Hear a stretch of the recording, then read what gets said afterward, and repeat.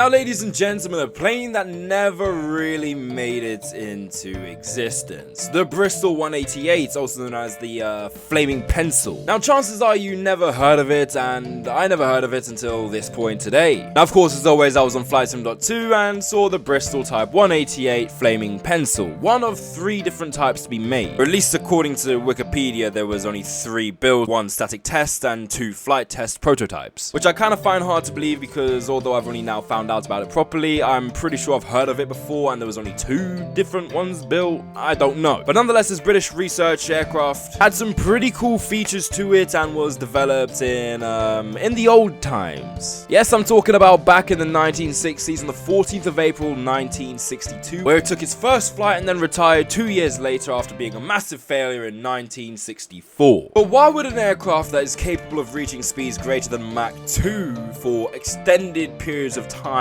be retired only 2 years after its introduction? Well, let's find out. Now, of course, this aircraft never actually went into production because of cost overruns. It was such an expensive aircraft to operate. Now, you can imagine the Concorde. That aircraft, of course, was already hard enough to operate because of its price for its fuel, the amount of noise it made, how bad it was for the environment. Now, of course, this aircraft was obviously British made, but it lost the interest of the British government. So they kind of abandoned their own project. Now, sadly, due to its lack of production, these aircraft are very, very hard to come by, as only 2 of them are actually viewable by the public. Well, for that matter, only 2 of them are actually in existence. One can be found here in the Fleet Air Arm Museum, whilst the other one can be found in Scotland in the National Museum of Flight. We're gonna fly this Bristol T188 in the Microsoft Flight Simulator 2020. Anyways, let's spawn this Flaming Pencil here on the runway of Anchorage Airport. Now, just by sitting in the cockpit, I'm already scared for my life. My safety is jeopardized, and I have no idea what any of these buttons do. I mean, just from looking at it from the outside, it already looks scary as hell. It's got this massively long probe at the front of it. It's got 2 missile-looking engines right here. Absolutely terrifying. The length of these things are absolutely unbelievable, and I can see why they called it the Flaming Pencil. Let's just apply throttle here. Yeah, no, that explains everything. My brakes are set. These engines are so powerful that even with parking brakes set, this plane still accelerates like a standard plane. In fact, let's actually see how quickly this thing accelerates with brakes set. And yeah, no, that's like an A320. Yeah, bro, yeah, no, that's unreal. Yeah, that's crazy. I mean, what's cool, as you can see here, is you can actually open up our bubble canopy by pressing this little button here. And yeah, that looks pretty cool. I mean, my firepilot here doesn't know what he's in for. He's in for a treat. I'm very unsure as to what that thing at the back there is. Oh, those would be spoilers. Those would be my spoilers. I mean, here we have fully functional flaps. Yeah, nice. I'm gonna be honest, I've got no idea how to activate the afterburners on this thing, but let's just disable our parking brakes and let's go for a full throttle takeoff and see how fast this thing can move. And just like that, full throttle, you can see why they call it the Flying Pencil. Already speeding down the runway. Yeah, no, oh my gosh, this is hard to control. I think we can just take off like now and the gear can come up.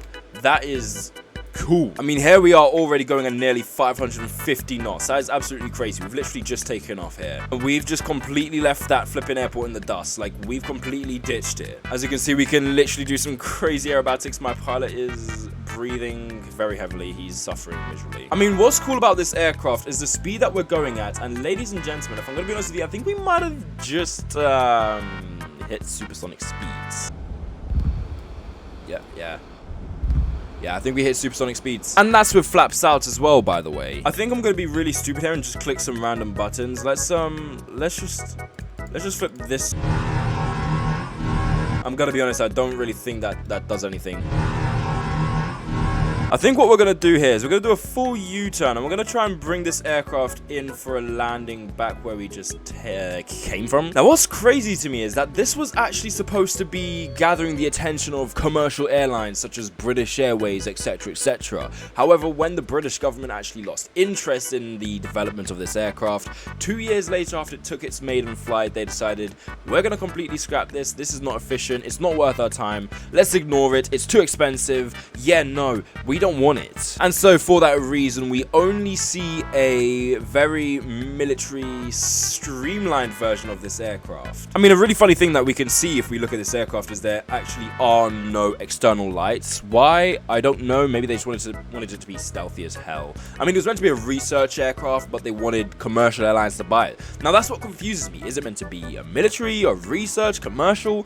Why do they want commercial airlines to buy it if it was meant to be a research aircraft? I mean, I don't think a commercial airline wants to be able to stab people in front of their plane. I mean, it is British, and we all know what London's like, so I guess it makes a bit of sense. Anyways, ladies and gentlemen, let's come back in for a landing here at Anchorage. Let's bring our spoilers out, our very, very funny looking spoilers. I mean, what's really interesting is they've got little holes in them as well. Normal spoilers don't tend to have that, so I guess airflow is a very awkward thing with this aircraft, especially when it comes to deceleration. Anyways, let's line this aircraft up here for a landing and see what the aircraft lands like. Is it a smooth landing aircraft? Can we stop quickly? Well, we'll find out. We'll find out. Okay, we're currently landing at 200 knots, but that's fine. Let's just bring this plane down nice and smoothly.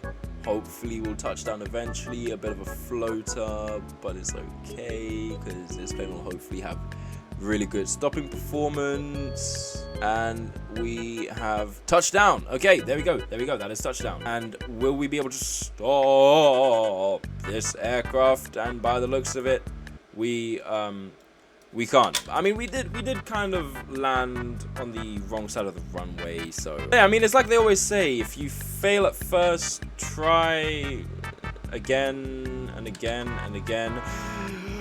Don't try that.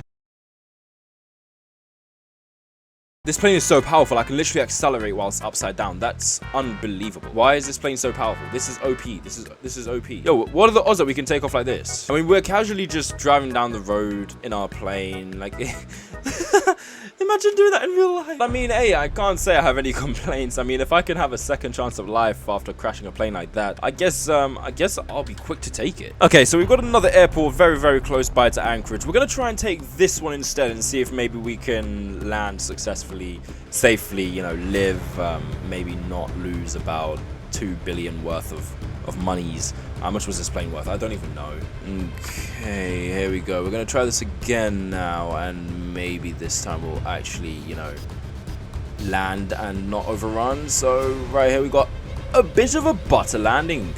And can we this time stop the aircraft, perhaps? I mean, looking at the decel on this thing, ooh, we're in for a treat. Oh my gosh. Yeah, no, that's crazy. We landed quite early, yeah. We needed the entirety of that runway, and I don't think that's very runway efficient. Well, ladies and gentlemen, there's one thing to do. When a plane can take off at a very rapid speed, you want to test it out on the shortest runway. Ladies and gentlemen, welcome to Saba Airport, the world's shortest commercial runway. Right here, what we're going to do is take off this T188 and see if we actually have enough runway to do so. So of course, we're wasting no time here. We're going to disable parking brakes. We're going to go full throttle here on this beautiful aircraft, and we're gonna just try to take this thing off, and we're gonna see if we can actually do it. And absolutely romantic. Yeah, you can do that. Yeah, I did that. What is my plane doing? What is my plane doing? Excuse me. Hey yo. Hey yo. I stop, brother. Ayo, stop.